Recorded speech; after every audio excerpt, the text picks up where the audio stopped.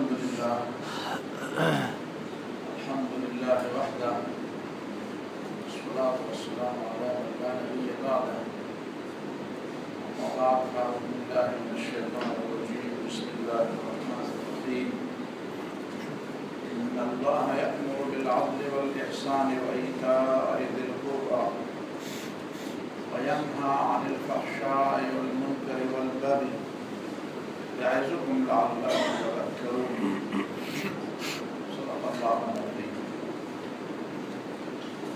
یہ سورہ النحل کی غالباً 90 نمبر آیت ہے،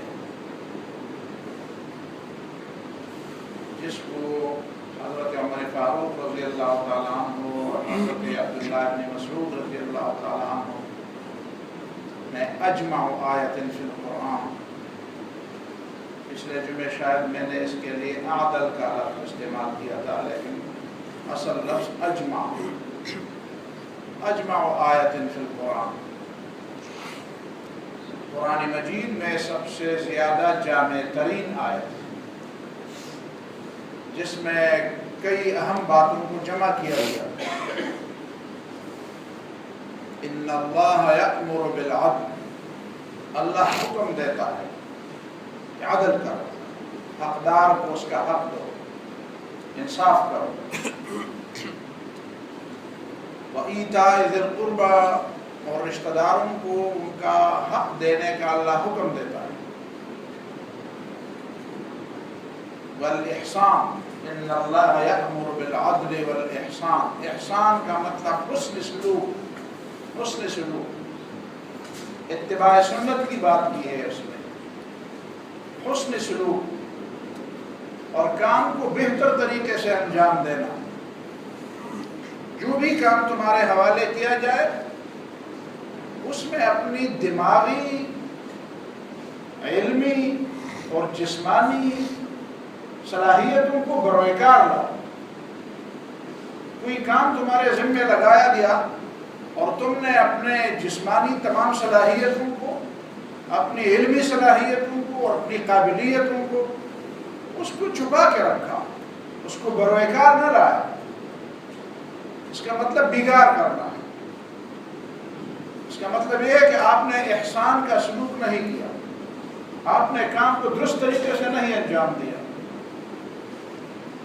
یہ اللہ کا حکم ہے بالاحسان، اور اللہ کی عبادت میں احسان یہ ہے کہ اللہ کو حاضر و ناظر جان کر اس کی بندگی کی جائے۔ جو بھی عبادت کے کام ہوں، چاہے وہ اللہ کے حقوق سے متعلق ہوں، چاہے وہ بندوں کے حقوق سے متعلق ہوں، وہاں بھی یہ سوچا جائے کہ میں تو اللہ کو نہیں دیکھ سکتا، اللہ تو مجھے دیکھ رہا۔ اور ایتاء ذی القربى، رشتہ داروں کو حقوق، اور خاص کر ان رشتہ داروں کو حقوق دو جو تمہیں برے لگتے ہیں، جو تمہارے ساتھ برا سلوک کرتے ہیں۔ سب سے زیادہ اجر اس میں ہے کہ جو رشتہ دار تم سے بگڑتے ہیں، تم سے برا سلوک کرتے ہیں، تم ان سے نالاں ہو، تم ان سے پریشان ہو، تمہیں پریشان کرتے ہیں، ان کو زیادہ حق دو، ان کی بھی مدد کرو، ان کے حق میں بھی کلمہ خیر کہہ دو، اپنے نفس پر پاؤں رکھ کر، اپنی انا کو پامال کر کے۔ یہ ایمان کے تقاضے ہیں۔ وَيَنْهَى عَنِ الْفَحْشَاءِ وَالْمُنْكَرِ وَالْبَغْيِ، اور اللہ تعالیٰ روکتا ہے لوگوں کو کہ رک جاؤ بے حیائی سے، ان چیزوں سے جنہوں نے اللہ اور اللہ کے رسولوں نے منع کیا۔ بے حیائی تو وہ بھی ہوتی ہے جو عقل کو بری لگتی ہے، عقل سمجھتی ہے کہ یہ کام غلط ہے، اس کو فحشا کہتے ہیں، اس کو عقل بھی برا سمجھے۔ منکر اس کو کہتے ہیں جس سے شریعت نے منع کیا۔ عقل جس چیز سے روکتی ہے اور عقل جن چیزوں کو برا سمجھتی ہے ان سے بھی روکو، اور شریعت جن چیزوں سے روکتی ہے اور قرآن و سنت جن چیزوں کو برا سمجھتے ہیں ان سے بھی رک جاؤ۔ وَيَنْهَى عَنِ الْفَحْشَاءِ وَالْمُنْكَرِ وَالْبَغْيِ، حد سے تجاوز کرنے کو، جو حد سے آگے بڑھنے والے لوگ ہوتے ہیں، آج کل ہمارے ہاں انتہا پسندی کا ایک لفظ عام ہو گیا ہے، یہ اصطلاح عام ہو گئی ہے۔ وہ تو اسلام کو بھی انتہا پسندی کے طعنے دیتے ہیں، وہ تو مومنوں کو بھی انتہا پسندی کے طعنے دیتے ہیں۔ ان کے نزدیک تو مومن بھی انتہا پسند ہے، جو کہتے ہیں اللہ نے حرام کیا ہے، شریعت میں یہ چیز ٹھیک نہیں ہے، غلط ہے تو میں نہیں کرتا ہوں، شریعت نے یہ حکم دیا ہے تو میں کرتا ہوں۔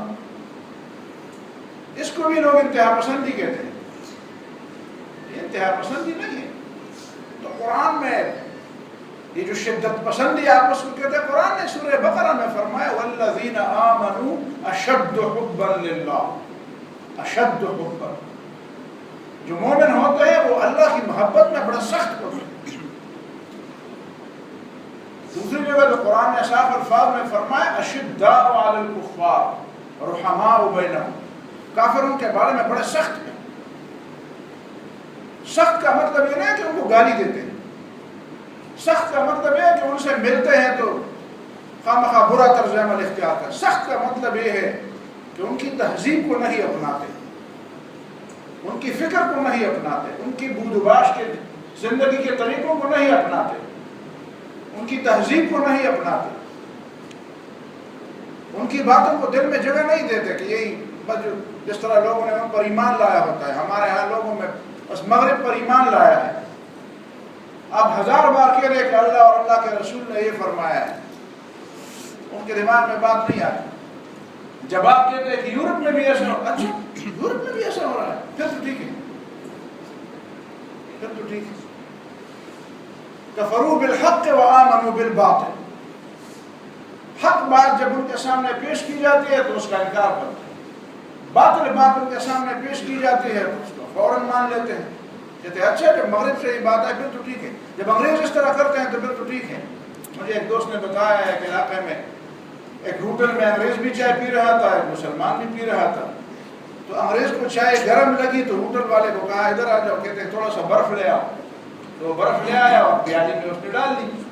تو ساتھ جو مسلمان بیٹھا تھا، پختون بیٹھا تھا، تو اس نے کہا اس کو گالی گان کی بچیا، ایسے ایسے تمہاری ایسی تیز، میرے لیے کیوں برف نہیں لائی؟ اس نے کہا بس تمہیں برف کی ضرورت ہوگی تو تم بتا۔ کہتے انگریز ہے اس لیے اس کے لیے لاتا، کہتے اس نے تو کہا میں گرم چائے نہیں پی سکتا تو برف میں لا۔ عام طور پر تو ہم گرم چائے پیتے ہیں، یہ دماغ میں بیٹھا ہوا ہے، دماغ میں انگریز بیٹھا ہوا ہے۔ آپ 1000 بار ان کو کہہ دیں کہ تم آزاد ہو، نہیں آزاد نہیں ہے، غلام ہے، ذہنی غلام ہے، ذہنی غلام ہو۔ میں نے آپ کو لطیفہ سنایا تھا، ہمارے ایک استاد کہا کرتے تھے عرب میں ایک آدمی ملازمت کرتا تھا، نوکری کرتا تھا، کسی نے شرارت کر کے اس کو خط بھیجا کہ تمہاری بیوی بیوہ ہو گئی ہے، خزر کو نشے ہوئے، تو وہ بیچارہ روتا ایک پاس جاتا تھا، دیروں میں لوگ ہوتے ہیں نا، حجروں میں لوگ کہتے ہیں میں تو غرق ہو گیا، کہتے کیوں غرق ہو گیا؟ کہتے میری بیوی بیوہ ہو گئی۔ تو خدا کا خوف کرو، جب تم زندہ ہو تو تمہاری بیوی کیسے بیوہ ہوتی ہے؟ وہ تو تم مرو گے تو تمہاری بیوی بیوہ ہو جائے گی۔ کہتے یار تم دیکھو نا، موت کی بات ہے، میت ہے، اور تم اس کو مذاق بناتے ہیں، ترس بھی نہیں آتا مجھ پر، مذاق بناتے ہیں۔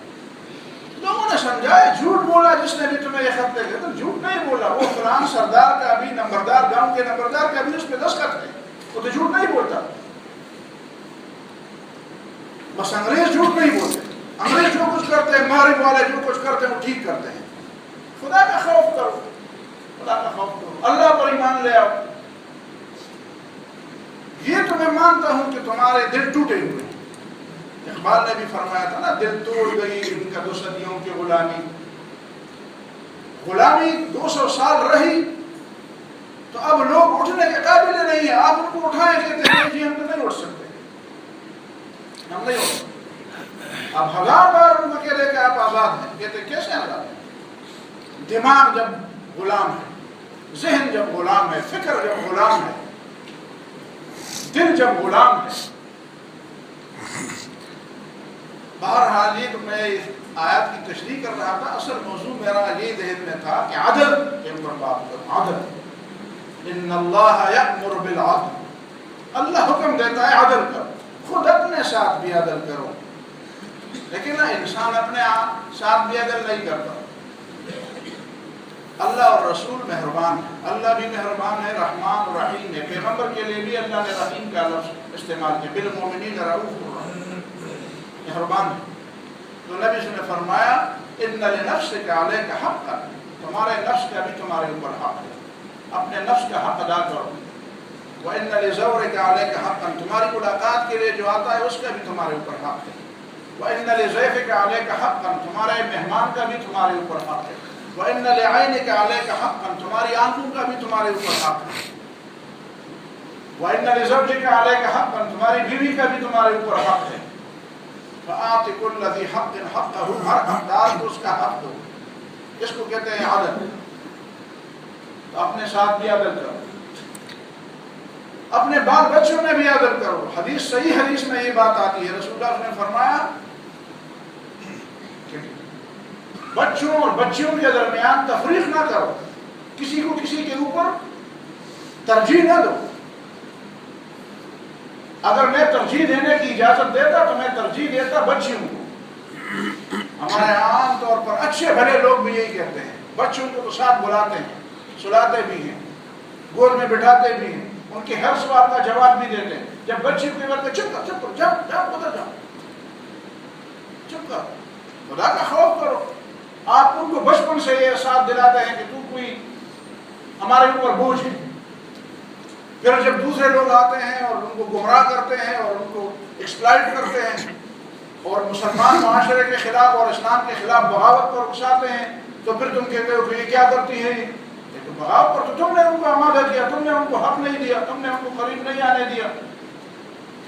بہنوں کے ساتھ لوگوں کا سلوک کیا ہوتا ہے، بیٹوں کے ساتھ لوگوں کا سلوک کیا ہوتا ہے، بیویوں کے ساتھ لوگوں کا سلوک کیا ہوتا ہے. پھر جب بات اس طرح آتی ہے تو پھر سارا ملبہ ان پر گرایا جاتا ہے. یہ نہیں دیکھا جاتا کہ اس میں ہماری غلطی بھی ہے. عدل کرو، انصاف کرو، خدا کا خوف کرو. دشمنوں کے ساتھ بھی انصاف کرو، دشمنوں کے ساتھ بھی انصاف کرو. وَلَا يَجْرِمَنَّكُمْ شَنَآنُ قَوْمٍ عَلَىٰ أَلَّا تَعْدِلُوا، کسی قوم سے، کچھ لوگوں سے تمہاری دشمنی چل رہی، ان کے بارے میں بھی انصاف کی بات کرو. اعدلوا هو اقرب للتقوى، تقوی چاہتے ہو تو تقوی کو قریب کرنے والا عمل یہی ہے کہ عدل کر. اور قرآن نے خاص طور پر لیکن رسول اللہ صلی اللہ علیہ وسلم نے ایک ایسی مثالیں دی بغیر کسی وجہ کے. کوئی ایسی بات نہیں تھی کہ جہاں پہ یوسف علیہ السلام کا کوئی تذکرہ چل رہا تھا، نہیں، تذکرہ نہیں چل رہا تھا. نبی صلی اللہ علیہ وسلم نے لوگوں کو سمجھایا. ایک دفعہ ویسے بات فرما دی، کہتے ہیں یوسف علیہ السلام بہت عظیم آدمی ہیں، بہت عظیم تھے. یوسف علیہ السلام بہت عظیم تھے. صحابہ کرام سوچتے کیسے عظیم تھے؟ اتنے عظیم تھے کہ پتہ نہیں کتنے 9-10 سال جیل میں گزارے. پھر بادشاہ نے جب سمجھے جدید اصطلاح میں این آر او کے ذریعے ان کو واپس پہ نکالنا چاہا تو کہتے ہیں نہیں، میں اس طرح نہیں نکلوں، میں جن سے اس طرح نہیں نکلوں. ارجع الى ربک، جاؤ اپنے بادشاہ کی طرف. فاسألہ ما بال النسوة اللاتي قطعن أيديهن، جاؤ ان سے پوچھو وہ خواتین جو جمع ہوئی تھی، مصری خواتین، اور میرے خلاف جو سازش تھی اس کا اصل مسئلہ کیا تھا. اس کیس کو ذرا ری اوپن کیا جائے، معلوم کیا جائے کون گناہ گار تھا. جیل جانے والا میں تھا، مجھے جیل جانا چاہیے تھا یا ان کو جیل بھیجنا چاہیے تھا؟ گناہ گار کون تھا؟ سازش کس نے کی تھی؟ جھوٹ کس نے بولا تھا؟ دھوکہ کس نے دیا تھا؟ میں ایسا نہیں نکلوں گا.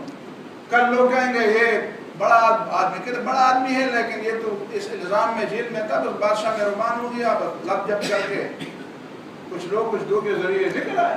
میں ایسا نہیں نکلتا. نبی صلی اللہ علیہ وسلم نے فرمایا یوسف علیہ السلام بہت عظیم، بہت عظیم. میں ہوتا ان کی جگہ تو بادشاہ کی طرف سے پروانہ آ رہا تھا، کون جیل میں خوش ہوتا ہے، میں تو فوراً نکل جاتا ہوں. لیکن یوسف علیہ السلام اتنے عظیم، دیکھیں نا محمد صلی اللہ علیہ وسلم کتنے عظیم ہیں. یوسف علیہ السلام کی عظمت. ہمارے ہاں لوگ اتنے چھوٹے چھوٹے دل ہیں، چھوٹے چھوٹے دل. کسی کی بڑائی نہیں تسلیم کی جاتی ہم سے، کسی کی بڑائی کا اقرار نہیں کیا جا سکتا. ہم نہیں کر سکتے اقرار. ہم کسی کی عظمت کا، کسی کی بڑائی، کسی کی اچھائی کا، کسی نے کوئی اچھی بات کی تھی تو ہم نہیں مان سکتے. نہیں یہ ایسا نہیں ہے، اس طرح بس یہ ذرا سا انصاف کیا جائے. وَإِذَا قُلْتُمْ فَعْدِلُوا، جب بات کرو تو عدل کی بات. صرف بات عدل انصاف صرف عمل میں نہیں اور صرف بات میں بھی نہیں. وَإِذَا قُلْتُمْ فَعْدِلُوا، بلکہ قرآن مجید نے تو دوسری جگہ فرمایا یا ایھا الذین آمنوا اتقوا اللہ وقولوا قولا سدیدا یصلح لکم اعمالکم. مومنوں جب بات کرتے ہو تو درست بات کرو، اس کے نتیجے میں تمہارے عمل بھی بہتر ہو جائیں گے. یہ دونوں باتیں ایک دوسرے کے ساتھ بالکل لازم و ملزوم ہے. بات درست کر لو تو تمہارا عمل بھی درست. یہ نہ ہو کہ صرف عمل درست کر لو، اور عمل درست کرنے کا طریقہ راستہ یہ بتا دیا کہ باتیں تو درست کرو. میں آخر میں اسی بات پہ آؤں گا کہ وزیر اعظم صاحب کی تقریر تو UNO میں بہت اچھی تھی. میں نہیں کہوں گا کہ بری تھی. لوگوں نے کہا یار اس سے مذاق بنائے. مذاق نہ بناؤ، مذاق نہ. جو بات اچھی کہہ رہتا ہے اچھی ہے، بالکل ان کو آئینہ دکھانا اچھی بات ہے. کئی بار اسلام فوبیا پر بات کی گئی، دوسری موضوعات پر بات، کئی باتیں ہو گئی، بہت بہترین باتیں ہو گئی. اس کو نہ چھوڑو، اس کو نہ کہو کہ غلط ہو گئی، یہ مطلب تھا اور اس سے کچھ نہیں ہوگا. یہ میرے خیال میں چھوٹے دل والی باتیں. بات اس نے اچھی کی تو اچھی کی، لیکن ان اچھی باتوں کے ساتھ عمل بھی اچھا ہونا چاہیے. عمل بھی اچھا ہونا چاہیے. کل سے ایک مجلس میں کہہ رہا تھا کشمیریوں کے بارے میں ذرا خدا کا خوف کرو، کوفی نہ بنو. ہم سارے پاکستانی کوفی بنے ہوئے ہیں. ایک طرف تو ان کو کہا جاتا ہے ہم آپ کے ساتھ ہیں. حضرت عقیل کو خط لکھے کہ ہم آپ کے ساتھ ہیں. حضرت حسین کو خط لکھے کہ ہم آپ کے ساتھ ہیں. جب وہ آ گئے میدان میں تو کوئی بھی ساتھ نہیں تھا. تو آپ بار بار کہتے ہیں ہم کشمیریوں کے ساتھ ہیں. کشمیری بیچارے کیا ان کی کیا حالت بن گئی ہے. تو اگر آپ ساتھ نہیں ہیں تو نہ کہیں کہ ہم ساتھ ہیں. یا تو آپ کہہ دیں کہ بڑا اپنا کام کرو، خدا کا خبر ہم نہیں کر سکتے. کبھی کہتے ہیں ہمارے پاس پیسے نہیں. یار میں نے کہا بتاؤ اس کشمیر کے مسئلے کا حل کیا ہے. آپ کیا کہتے ہیں امریکی فوج جائے گی آزاد کرائے گی، امریکی فوج کشمیر کو آزاد کرائے گی، UNO والے آئیں گے وہ آزاد کرائیں گے. کون آزاد کرائے گا بھائی؟ آپ کہتے ہیں کہ ہم ان کے ساتھ ہیں، آپ کے ہمسائے ہیں. پاکستان کا اس کی زمین پر دعویٰ ہے، آپ کہتے ہیں ہماری ایک انچ کی زمین کی حفاظت کریں گے. تو یا تو یہ باتیں نہ کرو. سب کہہ دو کشمیریوں کے بھائی اپنے ہندوؤں کے ساتھ جو بھی کرو باقی لوگ بھی کرتے ہیں. آپ نہیں دیکھتے ان میں واقع سارے کانگریسی حضرات، سارے کانگریسی مولوی صاحبان، وہ سب کہتے ہیں بھائی ہم مودی کے ساتھ ہیں. تم بھی کشمیری بھی کہتے ہیں ہم مودی کے ساتھ ہیں. وہ جانے ان کا کام جانے. لیکن اگر آپ کہتے ہیں کہ میں تمہارے ساتھ ہوں، میں ایک ساتھ آدمی ہے وہ عبداللہ، وہ بار بار دوسرا اس کو مکے دیتا ہے، سر پر مارتا ہے، لاتے دیتا ہے، اور میں کہتا ہوں پرواہ نہ کرے میں تمہارے ساتھ ہوں. اس کا مطلب ہے کہ میں تمہارا تماشا دیکھنے کے لیے تمہارے ساتھ ہوں. لوگ کہتے کیا کریں بھائی، کیا کریں؟ تمہارے پاس جو کچھ ہے نا، جا کر اس پہ جو کچھ ہے تمہارا اس کو میدان میں پیش کر دو.